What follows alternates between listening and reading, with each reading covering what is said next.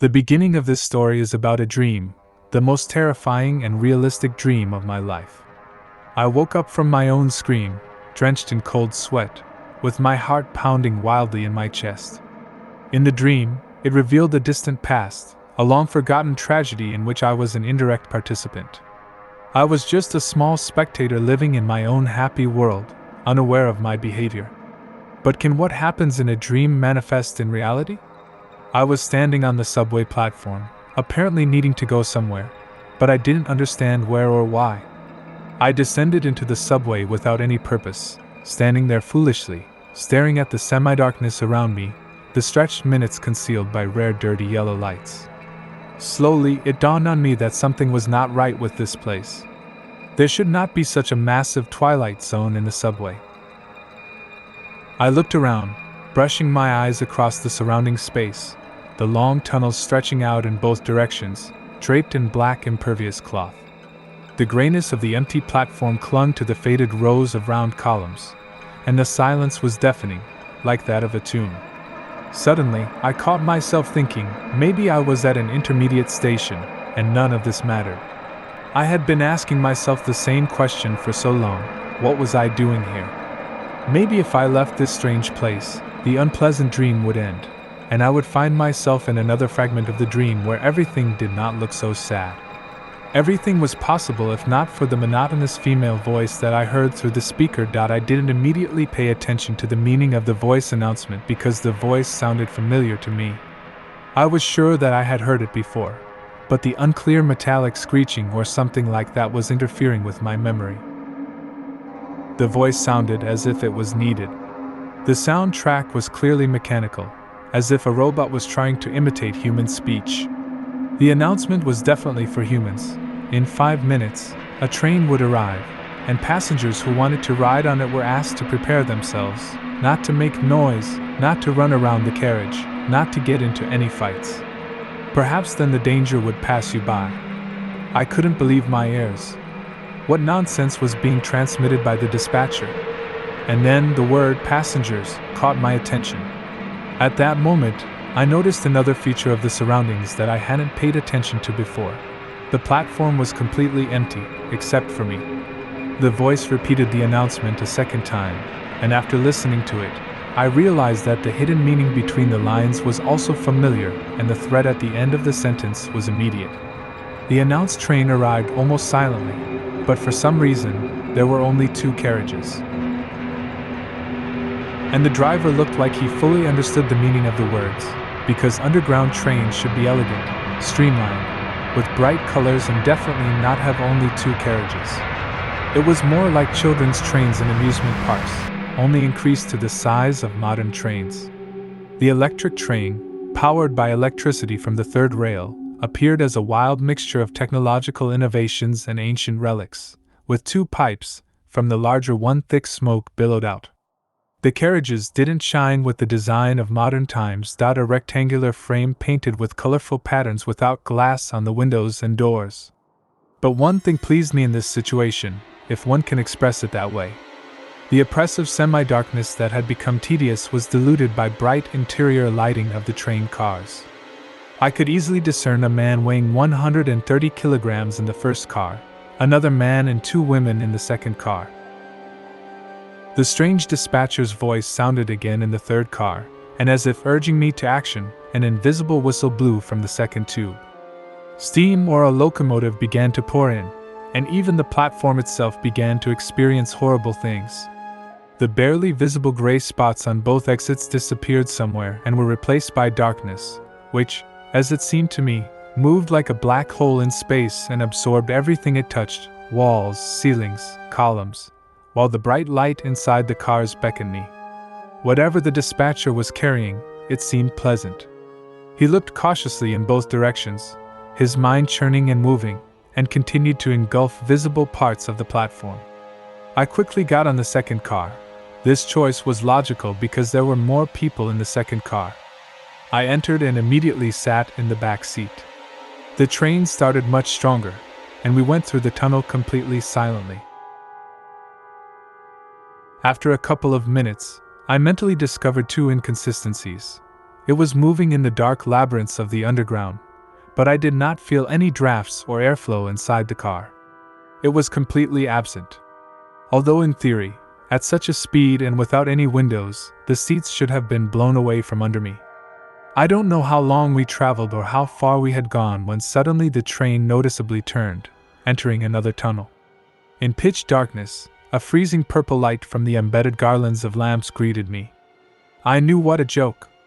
It was so funny to me. The train stopped at an empty platform, and my brief mood lift disappeared in the violet light. And then I saw it. I stared at the same platform I had been on before I got into the carriage.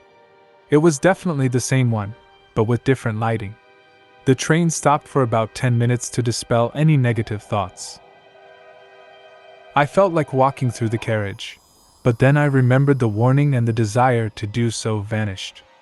My attention then turned to the other passengers. They didn't move, they seemed like mannequins playing their silent role. I didn't have time to develop a terrible assumption because the train moved again, and we traveled through more wormhole-like tunnels. The next station was Zagoria, and they were already close. The same creaking dispatcher's voice was heard again. Here's how it sounded in the train's speakers, but we decisively covered her concern with interest in the name of the station and a rare Japanese dish.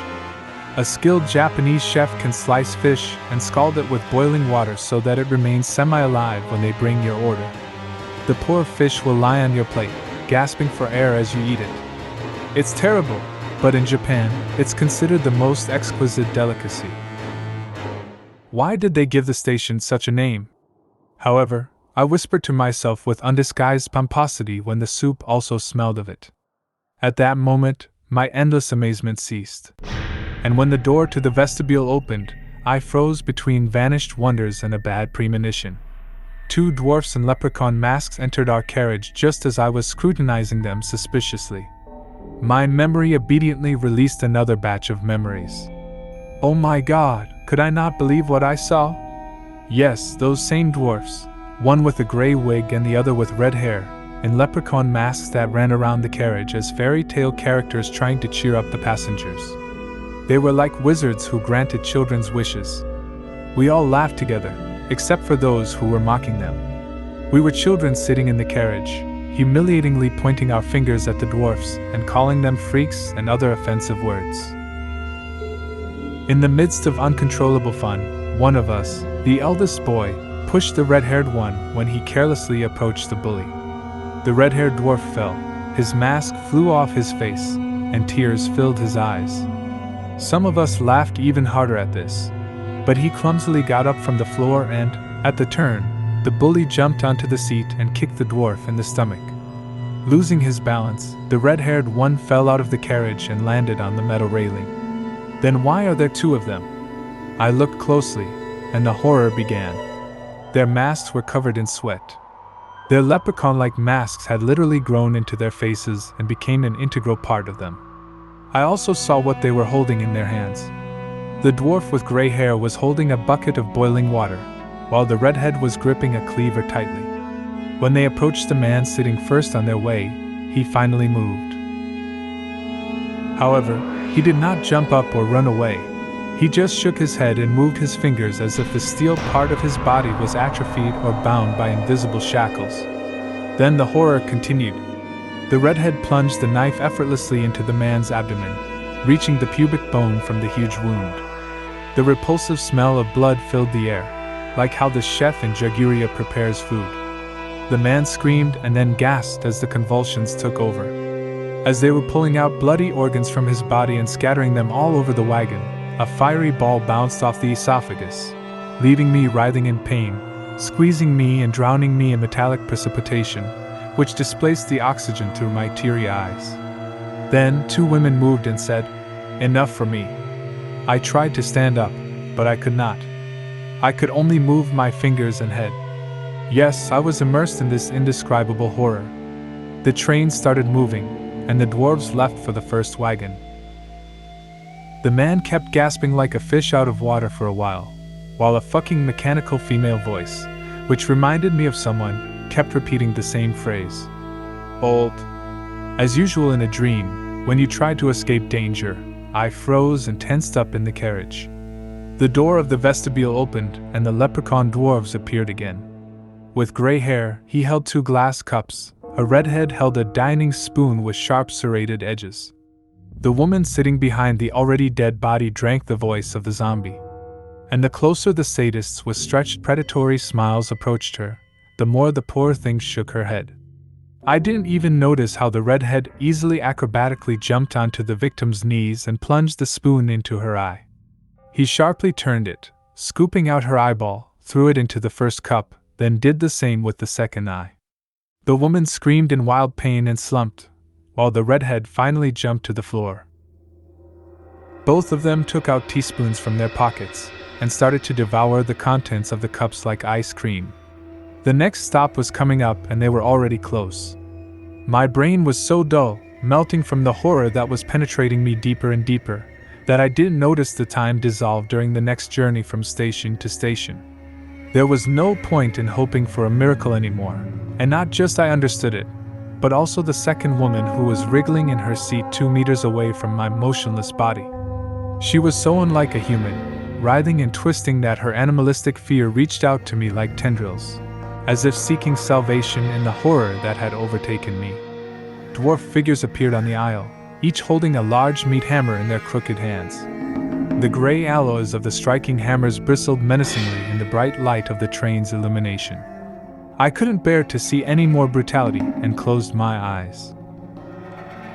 In a panic whirlwind of madness, as the hammer blows began to strike the body of the woman, she screamed in agony as if trying to release an endless stream of screams from her mouth. I squeezed my eyes shut until it hurt, clenching my eyelids to prevent the madness from penetrating through my pupils and finishing off my already lifeless consciousness. Suddenly, everything stopped suspiciously quickly. The desire to make sure it was all over disappeared. And maybe, just maybe, I was already somewhere else. My protesting mind opened my eyes and coughed up the same metallic smell emanating from the sea of blood. Immediately, my gaze absorbed the blood-stained masks and disfigured faces of the leprechauns, as well as the bleeding body of the passenger. Suddenly and unexpectedly, the woman turned her head towards me as if I could help her. She clung to her sweaty face, her veins bulging on her neck, gasping for air, blowing bloody bubbles with her nose.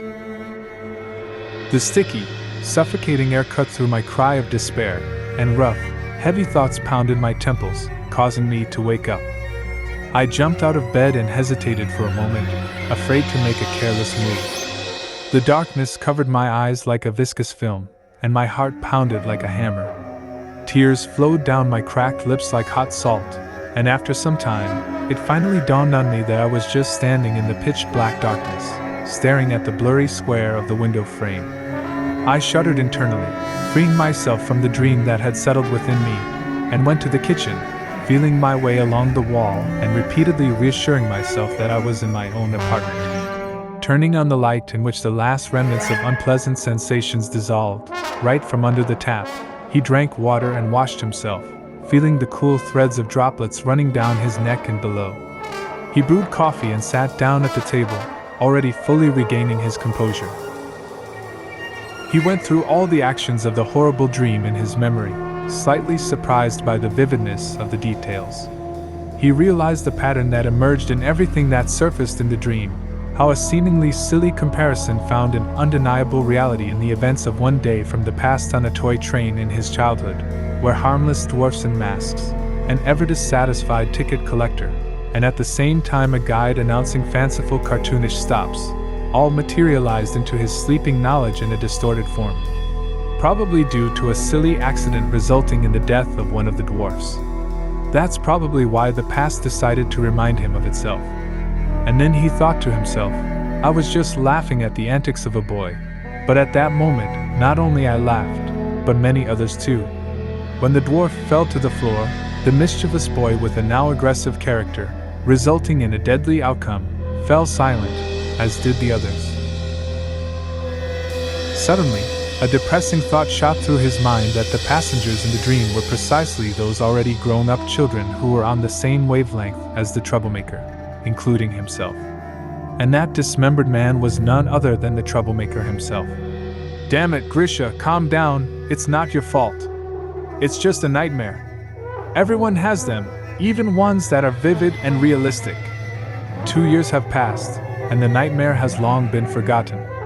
However, one evening, I worked late in the office. It was a stressful day and I was very tired. I leaned back and instantly fell asleep. Everything started to replay in a terrifying sequence, only in fast forward.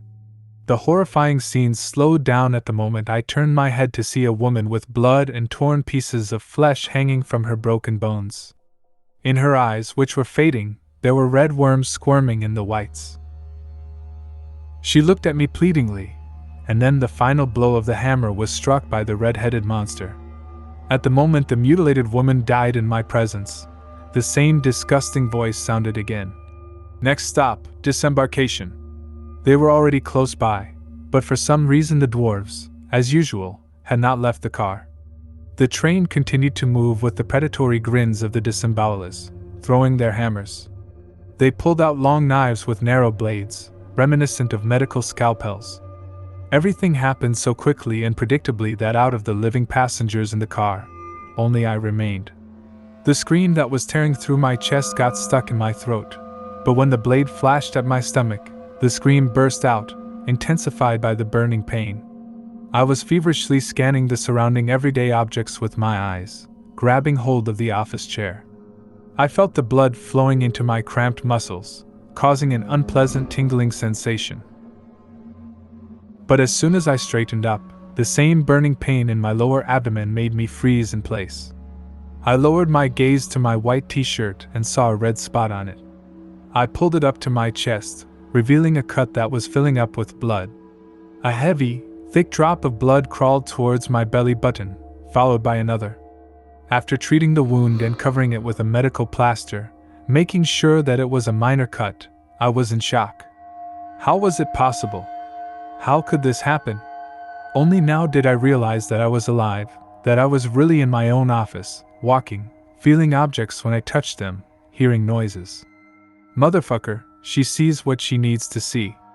I was overcome with horror, firstly because if anyone asked me where I came from and how I appeared, I couldn't tell the truth because I didn't know it. Secondly, I couldn't learn anything about what was happening to me. A year passed, and naturally, the wound quickly healed, leaving only a barely noticeable pale pink stripe. My memory had long since scarred over, and I had stopped believing in the reality of what had happened. And as it should be, the brain will always find any refutation of something that does not exist. But last night, I found myself in that same train car again, this time as soon as I fell asleep.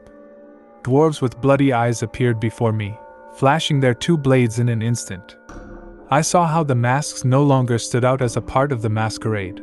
They were one whole, terrible entity. It took no special effort to wake up from the dream. I simply woke up again. 2 new cuts had appeared, and they were quite significant, reaching deep into the soft tissues in the area of the first few pairs of ribs. I lay in the hospital, where the wounds were stitched up. But as soon as everything healed, the next dream occurred, and the next pair of ribs received even longer and deeper cuts. Each time it became more and more difficult for me to stop the bleeding and give myself first aid. I went to different hospitals each time, and with each visit, I resorted to elaborate explanations of where these proportional surgical cuts came from, each one running neatly through every 2 ribs without touching the bones. Surgeons who scrutinized the previous, healed scars looked puzzled, and sometimes even with an unhealthy suspicion about my identity. I didn't give a damn about their opinion, and even if they put me in a mental hospital, I would be happy as long as this horror ended. But it didn't end, I'm sure of it.